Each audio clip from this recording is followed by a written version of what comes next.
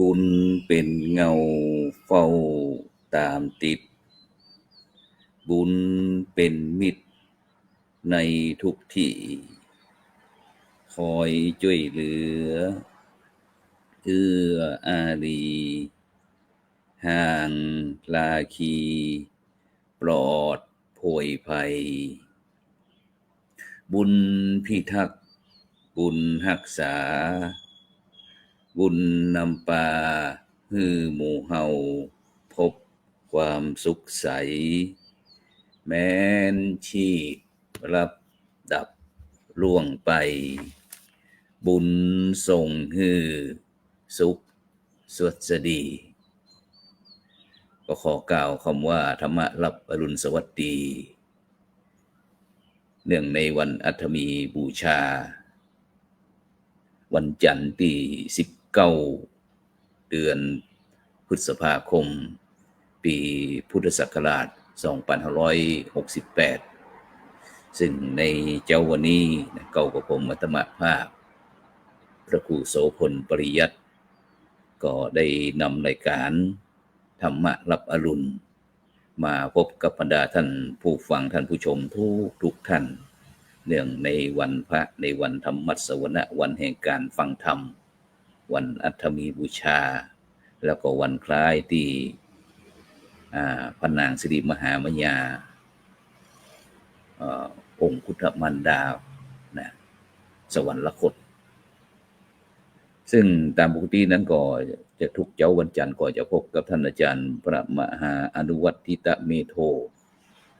เจ้าอาวาสวัดหนองป่าขออำเภอเมืองลำพูนจังหวัดลำพูนนะแต่เจ้าวันนี้เป็นวันพระเป็นวันศีลเป็นวันพระนะฉะนั้นก็เจ้าอาวาสจะบ่ใครสะดวก เพราะว่าจะต้องมีกิจกรรมนะฉะนั้นก็เลยโฆษกจำเป็นเขาเย็นจำปุ่น ก็มารับผิดชอบในเจ้าวันนี้แต่จะได้ก็ตามบรรดาท่านผู้ฟังท่านผู้ชมนะก็ต้องขอบคุณนะอนุโมทนากับมูลนิธิ1016นะเพื่อการกุศลนะโดยท่านอาจารย์เจ้าคุณพระวิสุทธิวัชราภรณ์หรือว่าครูบาขาวนะแห่งวัดลัทธิวันพระนอนขอนตาลรองเจ้าคณะอำเภอแม่ริมนะที่ได้ถวายงบประมาณสนับสนุนนะกะจ่ายช่องธรรมะเป็นทีม 18,000 บาทคณะสงฆ์จังหวัดเชียงใหม่โดยพระเดชคุณหลวงพ่อพระเทพมังคลาจารย์เจ้าคณะจังหวัดเชียงใหม่พระเดชคุณหลวงพ่อพระเทพสิงหวราจารย์ด็อกเตอร์รองเจ้าคณะจังหวัดเชียงใหม่นะรับงานพ่ายเผยแพร่พร้อมตึง มูลนิธิโพธิยาลัยนะมูลนิธิลุ่มน้ำโขงนะมหาวิทยาลัยมหาจุฬาลงกรณราชวิทยาลัยเขตเชียงใหม่โครงการวัดประชารัฐสร้างสุขแล้วก็โครงการหมู่บ้านรักษาศีล 5ซึ่งในเจ้าวันนี้ก็ออกอากาศที่อาคารพระธรรมสิทธาจารย์นะศูนย์ศึกษาพระพุทธศาสนาวันอาทิตย์วัดพระสิงห์นะซึ่งในเจ้าวันนี้ที่เมืองเชียงใหม่ของเราก็บรรยากาศนะครึ้มฟ้าครึ้มฝนนะถ้าแงนไปตั้งวัดพระธาตุดอยสุเทพนะก็จะมีหมอกขาวนะเต็มไปด้วยเมฆหมอกนะซึ่งถ้าบรรดาท่านผู้ฟังท่านผู้ชมที่อยู่บริเวณดอยสุเทพนะหรือว่าขึ้นไปบนดอยสุเทพก็คงจะมองลงมาทางลุ่มทางเมืองเชียงใหม่ก็คงจะบ่ใครนิหันนะเพราะว่าหมอกหนักกว่านี้นะหมอกขาวโพลนไปหมดเลยนะเหมือนกับอยู่ที่สวรรค์จันทร์ฟ้าฉะนั้นก็บรรดาท่านผู้ฟังท่านผู้ชมนะตั้งติดตามทาง Facebook ทางสหายธรรมหลวงปู่เขียววัดพุทธภาวนาเวสเตอร์โรดนะ Facebook พระครูโสพลปริยัติ Facebook ท่านอาจารย์พระครูอภิวัฒนวิกรมนะรองเจ้าคณะอำเภอดอยหล่อนะวัดปากทางเจริญพร้อมถึง Facebook IDTO ทำเป็นทีมสากล YouTube นะวัดหลวงจอมคำเขมรัตน์นครเชียงตุงนะYouTube IDTO ทำเป็นทีมสากลพร้อมถึงสถานีวิทยุเครือข่ายนะคลื่นสีขาวชาวประชา8จังหวัดภาคเหนือนะ FM 104.50 เมกะเฮิรตซ์วัดฝายหินนะจังหวัดเชียงใหม่ซึ่งก็พร้อมถึงบรรดาท่านผู้ฟังท่านผู้ชมที่บ่ว่าจะเป็นเชียงรายพะเยาลำปางเมืองแป้เมืองน่านลำพูนแม่ฮ่องสอนเชียงใหม่นะพร้อมถึงบรรดาท่านผู้ฟังท่านผู้ชมทั่วโลกนะที่ติดตามรายการซึ่งจะได้ก็ตามบรรดาท่านผู้ฟังทั้งหลายนะแต่ละเจ้าเขาก็จะได้นำข่าวของเกี่ยวกับคณะสงฆ์ของนะเกี่ยวกับบ้านกับเมืองของนะมามาจากกับบรรดาท่านผู้ฟังท่านผู้ชมเป็นประจำนะซึ่งในเจ้าวันจันทร์นี้ก็จะเป็นท่านอาจารย์พระมหาอนุวัตรทิตะเมโทนะวันอังคารนี่ก็จะมี2รูปนะท่านพระอาจารย์วินัยธรกล้าธรรมนะโชติสิปโปจากธุดงคสถานท่าตะโกนครสวรรค์พระกู้กับพระครูพิพัฒน์ปริยัติยาพรจากวัดตรงที่เสืออำเภอสารปีวันพุธก็จะเป็นพระอธิการรณชัยและนันชโยกู้กับท่านอาจารย์พระประหลัดพิพัฒน์พงศ์พัทธวังโสด็อกเตอร์นี่ก็จากจังหวัดพิษณุโลกวัดคูหาสวรรค์พิษณุโลกวันพุธวันพัดก็จะเป็นพระครูสุชาติธรรมวุฒิกู้กับท่านอาจารย์พระครูจันทสรการนี่วัดตุงเหมือนน้อยวันศุกร์พระหลวงพ่อพระมหาจิตรการอภิปุญโญเจ้าคณะอำเภอภูซางจังหวัดพะเยากู้กับท่านอาจารย์พระครูศรีสิทธิพิมลจากอำเภอฝางวัดศรีบุญเรืองวันเสาร์ก็เป็นพระครูสถิตธรรมาวิพัฒน์ธรรมวิพัฒน์จากวัดบ้านไร่สีตาทองอำเภอเมืองลำปางกู้กับท่านอาจารย์พระครูศิริปริยัตยานุศาสตร์ด็อกเตอร์วัดปันแหวนรองเจ้าคณะอำเภอแม่แจ่มแล้วก็วันอาทิตย์นี้ก็จะเป็นท่านอาจารย์พระสกุลภาษาธานิโยกู้กับท่านพระอาจารย์ดร.วิสิทธิตวิสิทโธจากมูลนิธิโพธิยาลัยมหาวิทยาลัยมหาจุฬาลงกรณราชวิทยาลัยเขตเชียงใหม่ฉะนั้นก็ต้องกราบขอบพระคุณอนุโมทนากับคณะครูบาอาจารย์ที่ได้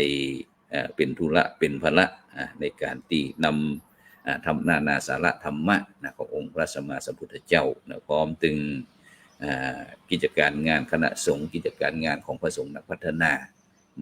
มาจากกันอย่างวันก่อนนั้นก็ต้องขอสมาอภัยกับท่านอาจารย์พระครูอภิวัฒนวิกรมผู้อำนวยการคลื่นสีขาวชาวประชาพร้อมถึงผู้ประสานงานทุกสิ่งทุกอย่างในวันนั้นส่ง ข่าวมาเจิญร่วมพิธีวางศิลาฤกษ์สร้างเจดีย์ที่วัดดับไผ่นะเมื่อวันที่15มิถุนายนเป็นต้นมานะซึ่งก็เจ้าภาพอุปถัมภ์นะคณะศิษยานุศิษย์พระเดชพระคุณหลวงปู่พระพรหมมงคลหลวงปู่ทองสิริมังคโลคุณแม่จันฟองกิ่วแก้วนะพร้อมถึงคณะลูกหลานนะบริษัทจำกัดเพชรอินทรีย์ทันสปอร์ตบริษัทเขมรัฐทันสปอร์ตนะนี่ก็เป็นเจ้าภาพที่สร้างเจดีย์นะเพื่อที่จะถวายเด็จคุณหลวงปู่พระพรหมมงคลนะแล้วก็แต่ว่านี่ก็ตึ้งวันแต่ว่านี่ก็อันตั้งคณะสงฆ์คณะศรัทธาวัดเจ็ดลินนะก็ได้มีการบำเพ็ญบุญบำเพ็ญกุศลอุทิศถวายแก่ท่านพระมหาวิษณุจารุธรรมโมนะอดีตเจ้าอาวาสวัดเจ็ดลินนะตั้งแต่ความจริงท่านมรณภาพตั้งแต่ก่อนวิสาขะละนะแต่ก็ในเมตตาของพระเดชคุณหลวงพ่อพระธรรมเสนาบดีนะเจ้าคณะภาคเจ็ดนั้นก็ได้เริ่มบำเพ็ญบุญบำเพ็ญกุศลเมื่อวันที่13นะจนถึงวันที่18นะ18แต่ว่านี่ก็ปิดซบไว้ก่อนนะเพื่อที่จะรอทำบุญ50วัน100วันแล้วก็ปีหน้า2569ก็จะมีพิธีพระราชทานเพลิงศพต่อไปนะฉะนั้นก็ต้องขอบคุณอนุโมทนาเด้อนะกัลยาณมิตรกัลยาณธรรมถึง FC ของท่านอาจารย์มหาซึ่งถือว่าเป็นกัลยาณธรรมพระครูโสพลแห่งรูปหนึ่ง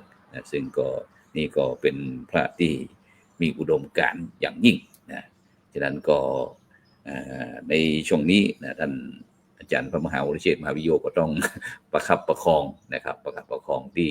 วัดเจ็ดลินนะครับฉะนั้นก็ขอเป็นกำลังใจกับทุกท่านนะครับได้ทำหน้าที่ของตนเองให้ดีที่สุดนะครับแล้วก็ในวันที่เสาร์2พฤษภาคมนี้ก็ถึงวันที่5กรกฎาคมนี้ก็ทางคณะสงฆ์ภาค7นะจังหวัดเชียงใหม่ลำพูนแม่ฮ่องสอนคณะสงฆ์คนเหนือนะก็จะเข้าร่วมโครงการอบรมพระวิปัสสนาจารย์คนเหนือนะหรือว่าภาคเหนือนะรุ่นที่15ประจำปี2568นะซึ่งเก่ากับผมธรรมภาพนะก็สมัครเพิ่นไปลง120วันนะฉะนั้นก็จะมีหลักสูตรตั้งแต่45วันสำหรับผู้ที่บ่เคยเข้านะ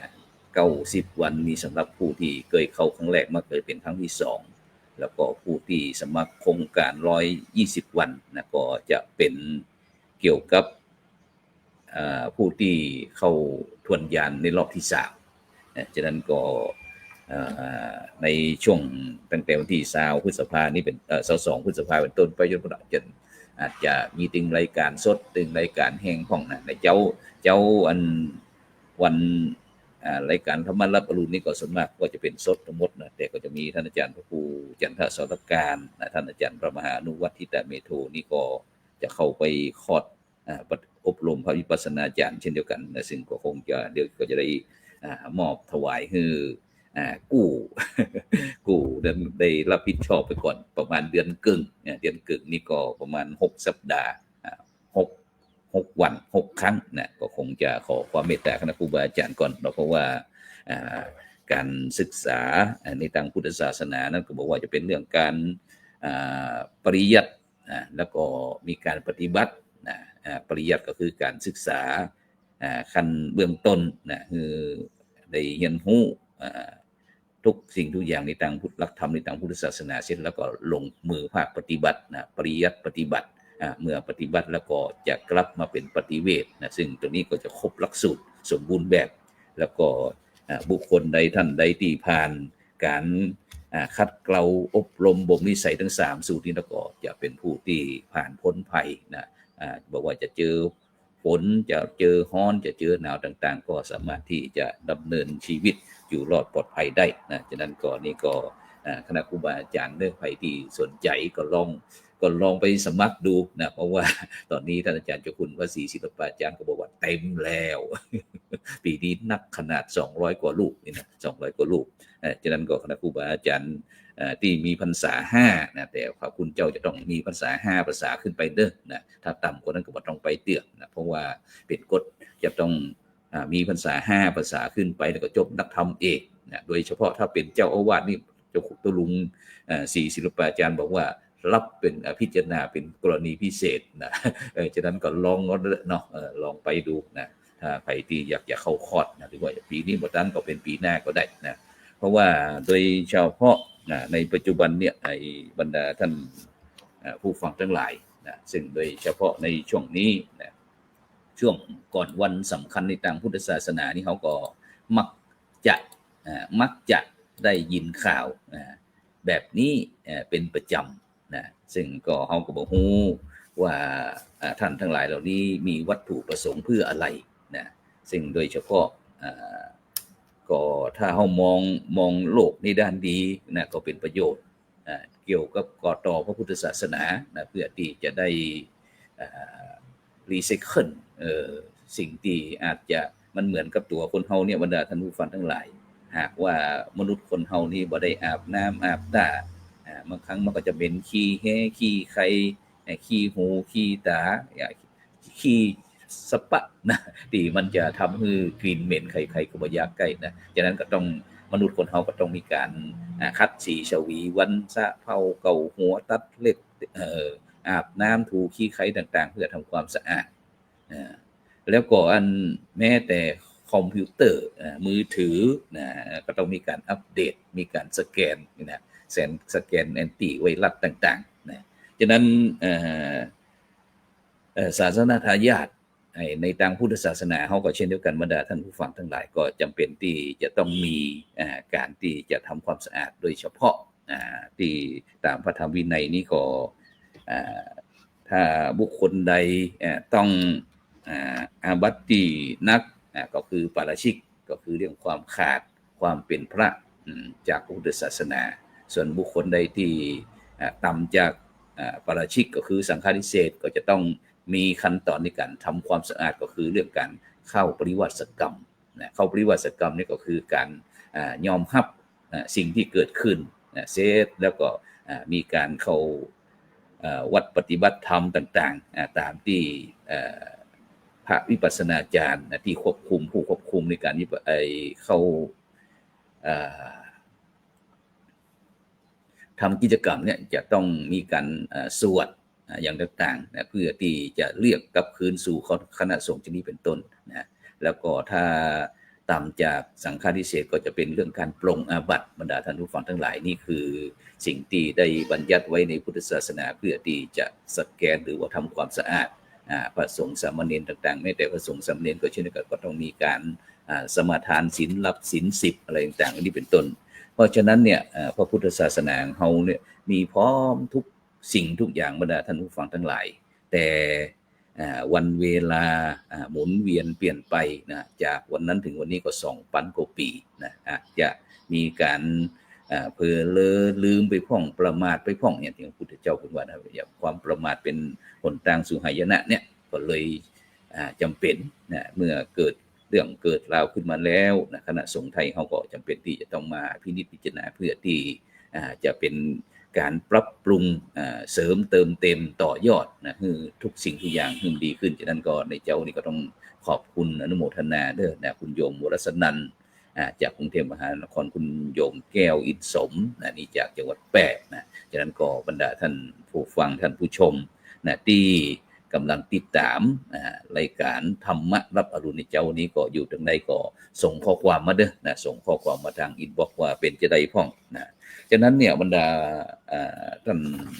พี่น้องพุทธศาสนิกชนทั้งหลายนะในเจ้าวันนี้เป็นวันพระเป็นวันธรรมัสวรรณะนะวันแห่งการฟังธรรมซึ่งโดยเฉพาะวันนี้เป็นวันสำคัญในทางพุทธศาสนาเป็นวันอัฐมีบูชานะเป็นวันกับแรม8 ค่ำเดือนวิสาขะก็คือเดือน6ไต่เดือน8เหนือของเฮานะซึ่งปีนี้ก็ตรงวันจันทร์ที่19นะพฤษภาคมเป็นวันพระนะแต่บ่เป็นวันหยุดราชการเด้อนะหรือว่าเป็นวันหยุดหรือว่าวันหยุดเอกชนแล้วก็เป็นวันที่พุทธศาสนิกชนทั่วโลกก็ร่วมกันรำลึกถึงเหตุการณ์สำคัญ2ประการก็คือเป็นวันถวายพระเพลิงพระพุทธสรีระขององค์พระสัมมาสัมพุทธเจ้าแล้วก็เป็นวันคล้าย วันสวรรคตของพระนางสิริมหามายาพระพุทธมารดาที่สวรรคตฉะนั้นวันอัฐมีบูชาเนี่ยบรรดาท่านผู้ฟังทั้งหลายนะเป็นวันที่ถวายพระเพลิงพุทธสรีระนะที่พุทธศาสนิกชนบางส่วนก็ผู้ที่มีความเคารพในพระพุทธองค์ก็มักจะนิยมประกอบพิธีปูชนียสถานซึ่งวันนี้เป็นห้องว่าวันอัฐมีบูชานะฉะนั้นในการถวายพุทธสรีระของพระพุทธเจ้านะหลังจากที่เสด็จดับขันธปรินิพพานก็คือเมื่อวันวิสาขะที่แล้ววันวิสาขะที่ผ่านมาฉะนั้นก็วันอัฐมีบูชานี่ก็อันเป็นวันที่พระพุทธเจ้าได้จำพรรษาครบที่45พรรษาแล้วก็ได้ประชวรคนบ้านเขาก็ว่าเป็นไข้บ่สบายนะซึ่งเป็นเวลาก่อนที่พุทธองค์จะเสด็จดับขันธปรินิพพานก็ได้ปลงมายุสังขารซึ่งพระพุทธเจ้าก็ตักเตือนภิกษุทั้งหลายว่าดูก่อนภิกษุทั้งหลายอันว่าสังขารทั้งหลายเนี่ยย่อมมีความเสื่อมสลายไปเป็นธรรมดาท่านทั้งหลายจงทำกิจทั้งปวงให้เป็นประโยชน์ของตนและประโยชน์ของคนอื่นให้บริบูรณ์ด้วยความบ่ประมาทให้ถึงพร้อมเถิดซึ่งความปรินิพพานแห่งแต่ละคนจักมีในบ่ช้าโดยล่วงไปแห่ง3 เดือนแต่นี้พระตถาคตก็จักปรินิพพานซึ่งเมื่อพระพุทธเจ้าเสด็จดับขันธปรินิพพาน7 วันแล้วมัลลกษัตริย์แห่งนครกุสินาราพร้อมตึงประชาชนพระสงฆ์สังฆะอันมีพระมหากัสสปะเถระเป็นประธานได้พร้อมกันกระทำการถวายพระเพลิงพุทธสรีระที่มกุฏพันธเจดีย์เมืองกุสินาราเมื่อวันแรม8 ค่ำเดือน6เมื่อ 2,000 กว่าปีนะซึ่งภายหลังนะจากการถวายพระเพลิงพุทธสรีระแล้วกษัตริย์แล้วก็ผู้ครองแคว้นต่างๆ7 แคว้นนะบอกว่าจะเป็นพระเจ้าอาชาติศัตรูเมืองมคธนะกษัตริย์ฤชวีนะเมืองเวสาลีนะกษัตริย์สากยะเมืองกบิลพัสกษัตริย์ทูลีเมืองอันกัปปะกษัตริย์โกริยะเมืองรามคามมหาพามเมืองเวททีปกะแล้วก็กษัตริย์มัตละเมืองปาวาก็ได้ในการเลื่อมใสในองค์พระสัมมาสัมพุทธเจ้าต่างก็ได้ส่งทูตมาขอแบ่งพระบรมสารีริกธาตุซึ่งตอนแรกพวกเจ้ามัตละแห่งกรุงกุสินาราก็บ่ยอมแบ่งให้ไผนะบอกว่าบ่ได้พระพุทธองค์มาเสด็จดับขันธปรินิพพานที่นี้ไปพิธีประชุมเพลิงถวายพระเพลิงพุทธสรีระที่นี่ก็ต้องตกเป็นของกรุงกุสินารานะก็เกือบที่จะเป็นชนวนเกิดสงครามที่จะลบกันที่กษัตริย์ทั้งหลายทั้ง7 แคว้นมาขอส่วนแบ่งแต่เหตุการณ์ความขัดแย้งก็ได้ระงับลงด้วยสันติวิธีซึ่งก็มีพราหมณ์คนหนึ่งชื่อว่าโทนพราหมณ์ก็ได้เข้ามาไกล่เกลี่ยข้อพิพาทระหว่างกษัตริย์แล้วก็กษัตริย์ทั้ง7 แคว้นโดยประกาศว่าดูก่อนท่านผู้เจริญทั้งหลายขอพวกท่านจงฟังข้าพเจ้าข้าพระพุทธเจ้าของเฮาทั้งหลายเป็นผู้กล่าวสรรเสริญคติการประหารส่วนของพุทธศาสนาของพุทธเจ้าเป็นอุดมบุคคลชนิดบ่ดีเลยที่จะมาทะเลาะเบาะแว้งมันลู่กันฉะนั้นขอท่านทั้งหลายจงยินยอมพร้อมใจกันยินดีแบ่งพระสรีระออกเป็น8 ส่วนเถิดขอพระสถูปจงแพร่หลายไปในทิศตั้งหลายจนผู้เลื่อมใสต่อพระพุทธเจ้ามีแห่มนักหนาปาปานเนี่ยจะนี้เป็นต้นฉะนั้นก็ กำอู้นะของว่าโทนพราหมณ์ทำให้กษัตริย์ตั้งเจ็ดแคว้นนะยอมปรองดองที่จะจัดสรรปันส่วนพระบรมสารีริกธาตุอัญเชิญเสด็จไปสู่เมืองของตนเป็นที่กราบสักการะชนี้เป็นต้นเพราะฉะนั้นเนี่ยบรรดาท่านผู้ฟังทั้งหลายนะแต่กี้นั้นแม้แต่เมื่อครั้งพุทธกาลนี่ก็ยังมีการไกล่เกลี่ยประนีประนอมกันนะแต่ในปัจจุบันนี้โดยเฉพาะประเทศไทยของเนี่ยบรรดาท่านผู้ฟังทั้งหลายอย่างที่เรื่องเกิดขึ้นนะในสื่ออย่างต่างๆนี่ป้ากันมาโขกป้ากันมาซับนะบ่ได้ลำลึกนึกถึงนะคุณงามความดีโดยเฉพาะเนี่ยต้องเข้าใจทำความเข้าใจกับพี่น้องบรรดาพุทธศาสนิกชนทั้งหลายก่อนว่าในปัจจุบันเนี่ยสิ่งที่ของแท้ของดีนะก็ย่อมจะทนต่อการพิสูจน์แต่ของบดแท้ของบดีของเทียมของปลอมนะก็ย่อมจะมีการคัดแยกเป็นเรื่องปกติ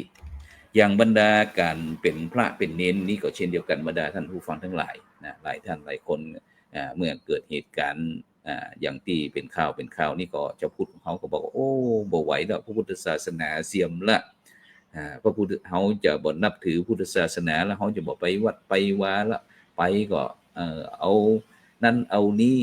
ไปฮือเปิ่นบ่ได้เสร็จแล้วเปิ่นก็ไปปนเปื้อเปิ่นมีความสุขส่วนตัวโดยบ่สนใจพุทธศาสนิกชนพุทธบริษัทเลยนะซึ่งถ้าบรรดาท่านผู้ฟังคิดแบบนี้แล้วเนี่ยก็จะเสียโอกาสที่เราเกิดมาในชาติหนึ่งมาพบพระพุทธศาสนาแล้วก็อยู่ในผืนแผ่นดินไทยเป็นผืนแผ่นดินที่มีความพร้อมทุกสิ่งทุกอย่างถ้าบรรดาพี่น้องพุทธศาสนิกชนของเขาเนี่ยได้ศึกษาหลักธรรมคำสอนได้เข้าถึงหลักธรรมในทางพุทธศาสนาอย่างแท้จริงแล้วเนี่ยเขาก็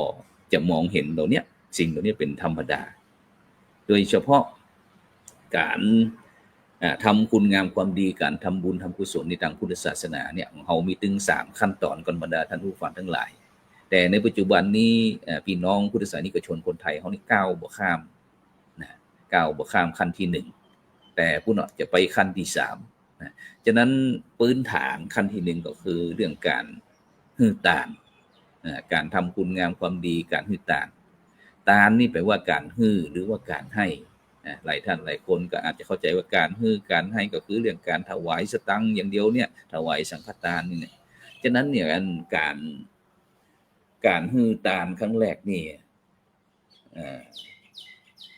มีนักหนาป้าป้านบรรดาท่านผู้ฟังทั้งหลายหลายท่านหลายคนก็อาจจะทำบุญสุนทานด้วยการที่ถวายสังฆทานพ้องทำบุญการก่อสร้างห้างแปลงเสนาสนะในวัดในวาพ้องการฮือตานเรื่องกฐินผ้าป่าพ้องจีปะทะหรือว่าอาจจะเป็นจิตอาสาเนาะอย่างวันนี้เป็นวันสำคัญทางพุทธศาสนาวันอาทิตย์บูชาหลายท่านหลายคนก็ว่าวันนี้เฮาเป็นวันห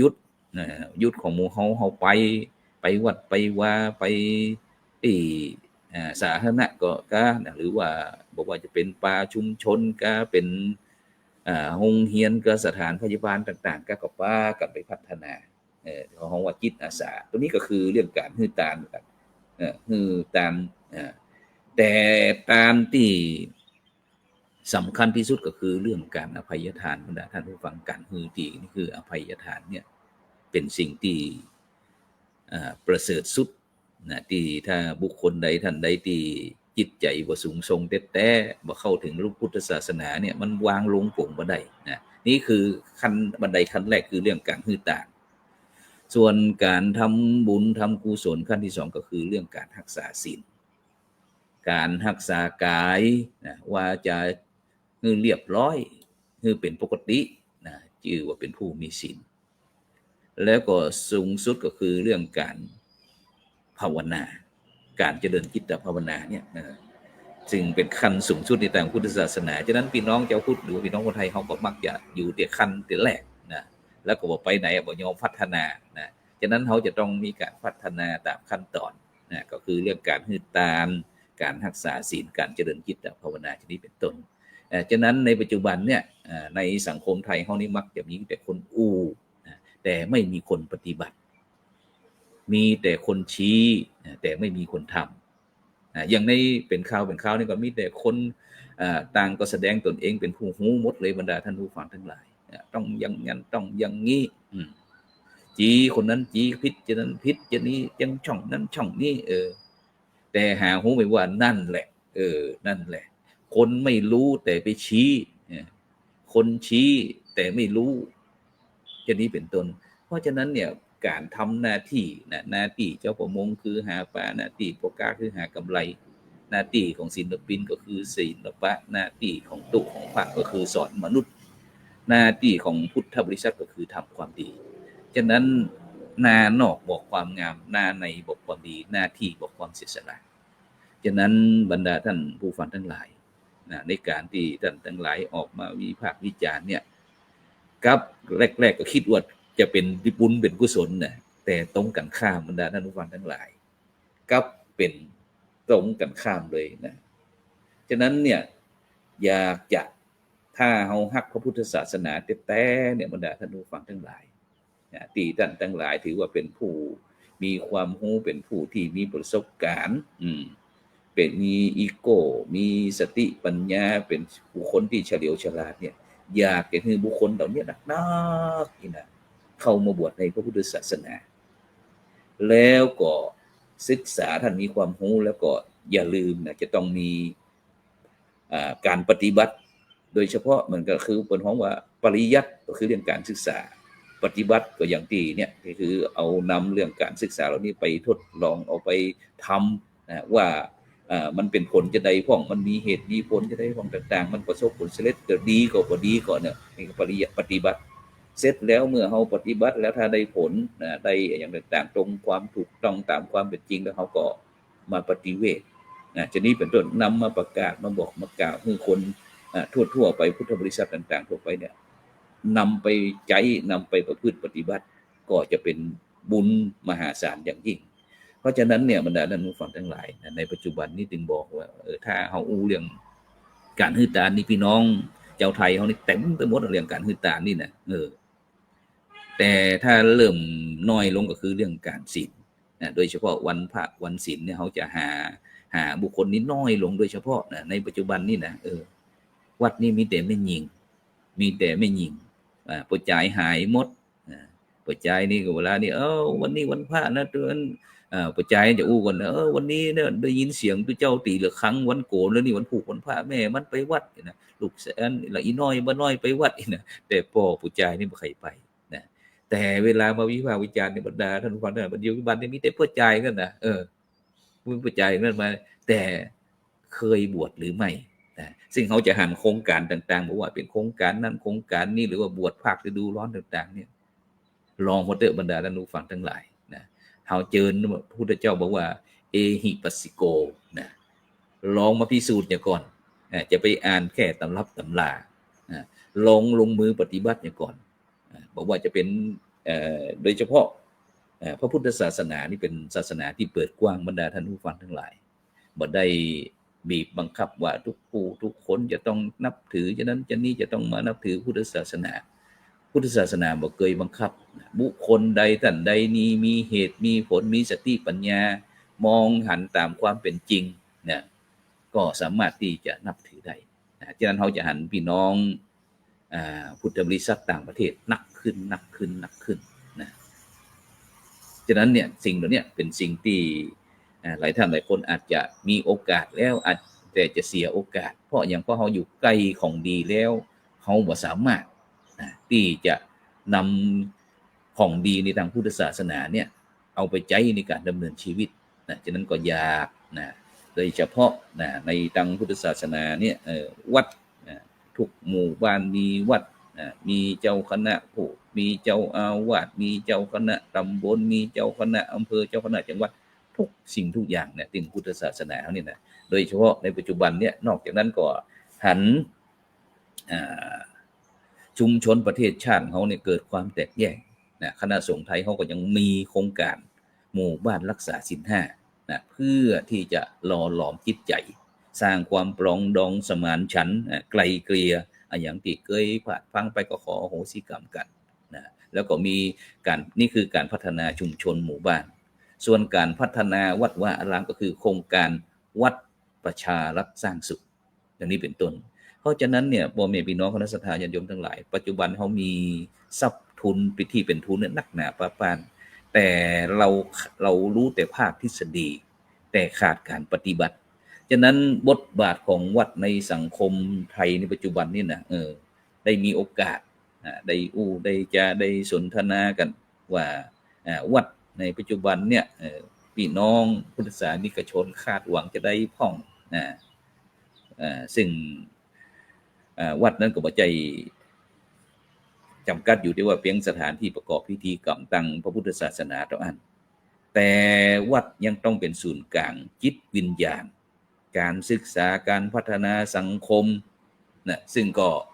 ตอบสนองต่อความต้องการของคนในยุคใหม่ได้โดยรูปแบบวัดที่สังคมคาดหวังนะวัดนี่จะต้องเป็นพื้นที่เรียนรู้ตั้งหลักธรรมนะไม่ใช่ว่าสอนแบบดั้งเดิมแต่ต้องมีหลักสูตรที่ทันสมัยนะอย่างปัจจุบันนี้เขาจะหันว่าธรรมะเชิงจิตวิทยาธรรมะกับการปกครองธรรมะกับการบริหารหรือว่าธรรมะกับการพัฒนาชีวิตชนิดเป็นต้นนะนี่คือวัดเป็นที่แห่งเรียนรู้ธรรมนะแล้วก็วัดส่งเสริมนะการปฏิวัติธรรมในชีวิตประจำวันนะบอกว่าจะเป็นสอนเรื่องสมาธิสติที่นำไปใช้ได้จริงเพื่อนำไปใช้ในการทำงานนะอย่างที่พระเดชพระคุณหลวงปู่พระพรหมมงคลหลวงปู่ทองสิริมังคโลเนี่ยนะได้ฝากการปฏิบัติธรรมเชิงแนวสติปัฏฐาน4ก็คือเรื่องการพิจารณากายเวทนาจิตแล้วก็ธรรมนะแล้วก็มีการกำหนดลมหายใจพองหนอยุบหนอชนิดเป็นต้นวัดเปิดกว้างสำหรับทุกเพศทุกวัยบ่ได้จำกัดเฉพาะผู้สูงอายุอันเด้อบรรดาท่านผู้ฟังทั้งหลายนะหลายท่านหลายคนว่าแก่เฒ่าแล้วเพิ่งเข้าวัดอีกนะจะนี้บ่แม่นนะไผทุกคู่ทุกคนถ้ามีความพร้อมเนี่ยเข้าวัดได้บ่ว่าจะเป็นคนหนุ่มคนสาวคนเฒ่าคนแก่หรือเด็กละอ่อนเพราะวัดเนี่ยบ่ได้จำกัดว่าจะต้องเป็นของผู้สูงวัยสูงอายุเท่านั้นแต่คนรุ่นใหม่ก็จะต้องเข้าศึกษาด้วยว่าประเด็นนี้สำคัญยิ่งนะโดยเฉพาะคนรุ่นใหม่ในปัจจุบันเนี่ยบรรดาท่านผู้ฟังทั้งหลายนะซึ่งห่างวัดห่างวานะบอกว่าบางครั้งก็บอกการศึกษานักป้องอย่างต่างๆฉะนั้นอย่างที่ในปัจจุบันคณะสงฆ์ไทยเขาก็มีโครงการการสอบธรรมศึกษาในโรงเรียนหรือว่าสอนพระพุทธศาสนาศีลธรรมในโรงเรียนต่างๆตัวนี้นะเพื่อที่เขาจะปิดจุดบอดเพื่อบ่ให้เยาวชนหรือว่าบุคลากรของชาติของโลกเขาเนี่ยคือมันเสียโอกาสนะจะนี้เป็นต้นแล้วก็วัดเป็นศูนย์กลางทางชุมชนแล้วก็สังคมเป็นสถานที่ที่ทุกคนรู้สึกเป็นมีส่วนร่วมมีที่ปึ่งปาตั้งจิตตั้งใจเป็นบ้านตั้งจิตวิญญาณหรือไงนะจะนี้เป็นต้นแล้วก็ที่สำคัญนี่นะที่เราได้หันข่าว200 ล้าน800 ล้านต่างๆเนี่ยบรรดาท่านผู้ฟังทั้งหลายเพราะว่าบางครั้งกฎหมายเนี่ยกฎหมายนี่เป็นสิ่งอาจจะเป็นสิ่งที่ทำลายพุทธศาสนาก็ได้เพราะว่าระหว่างพระธรรมวินัยกับกฎหมายเนี่ยบางครั้งอย่างพระธรรมวินัยนี่เป็นผู้ที่องค์พระสัมมาสัมพุทธเจ้าอีกนะเป็นผู้ที่หลุดพ้นนี่ถึงกำหนดขึ้นมาที่มันมีเกิดขึ้นในโลกแต่ถ้ากฎหมายเนี่ยเป็นผู้ทุชนคนธรรมดาเนี่ยเอาตามคิดตามใจตัวเองพ้องเนี่ยฮักก็ว่าดีบ่ฮักก็ว่าจังนี้เป็นต้นเนี่ยฉะนั้นมากฎระเบียบนี้อาจจะสมมุติว่ากฎหมายยุติธรรมอยู่บ่ได้แต่จะยุติธรรมขนาดไหนนั่นก็อยู่ที่ผู้ที่นำไปประพฤติปฏิบัติเนี่ยสำคัญฉะนั้นเนี่ยบรรดาท่านผู้ฟังทั้งหลายนะในปัจจุบันนี้วัดในทางพุทธศาสนาในประเทศไทยเนี่ยจึงมีการส่งเสริมนะเปิดกว้างตั้งความคิดบ่ได้กำจัดอยู่ที่พิธีกรรมแล้วก็ส่งเสริมพุทธศาสนาเชิงปัญญานะเพื่อที่จะตอบคำถามเพื่อค้นหาคำตอบทางธรรม ฉะนั้นก็เลยมีตึงการสื่อสารในปัจจุบันเนี่ยนะซึ่งหลายท่านหลายคนก็บอกว่าบ่ใครอ่บ่ใครเหมาะสมนะที่หันพระคุณเจ้าเอามาใจวันนี้ใจมือถือของใจสื่อโซเชียลพ่องอย่างต่างเนี่ยซึ่งตอนนี้มันก็จำเป็นที่เป็นอุปกรณ์เป็นเครื่องไม้เครื่องมือที่จะต้องใจทันสมัยนะฉะนั้นนี่ก็คือพระพุทธศาสนารวมสมัยนะฉะนั้นแม้กระทั่งเรื่องเงินเรื่องทองเหมือนกันบางท่านบางคนก็ต้องมามาจากกันว่าฉะนั้นพระบอกควรจะจับเงินจับทองความจริงเนี่ยเงินทองก็เป็นสิ่งสมมุติเช่นเดียวกันแต่สิ่งที่สำคัญที่คุณก็คือเรื่องจิตเรื่องใจเนี่ยถ้าบุคคลใดท่านใดได้รับการฝึกฝนคัดเก๋าได้เรียนรู้แจ้งหันจริงแล้วเงินก็เป็นเพียงกระดาษตัวอันแต่เพราะโลกมนุษย์เนี่ยจำเป็นที่จะต้องสมมุตินะฉะนั้นพระคุณเจ้าพระสงฆ์สามเณรต่างก็เป็นสมมุติเช่นเดียวกันที่มาจากเจ้าให้เจ้านาอย่างต่างๆเหล่านี้ต้องพ่อต้องแม่ฉะนั้นเนี่ยบรรดาท่านผู้ฟังทั้งหลายก็จะต้องพินิจพิจารณาด้วยนะที่สอบผ่านกับตึงมีสอบตกนะพระสงฆ์องค์เน้นก็คือเรื่องการศึกษาฉะนั้นก็ในเจ้าวันนี้ก็เวลาหมดเวลาขอบคุณอนุโมทนากับทุกท่านเด้อนะฉะนั้นก็กินข้าวง่ายก็กินข้าวลำน้ำแล้วแล้วก็ในภาคกลางคืนเขาก็พบกันต่อไปสำหรับในเจ้านี้ก็ขอกล่าวคำว่าธรรมะรับอรุณสวัสดีขอเจริญพร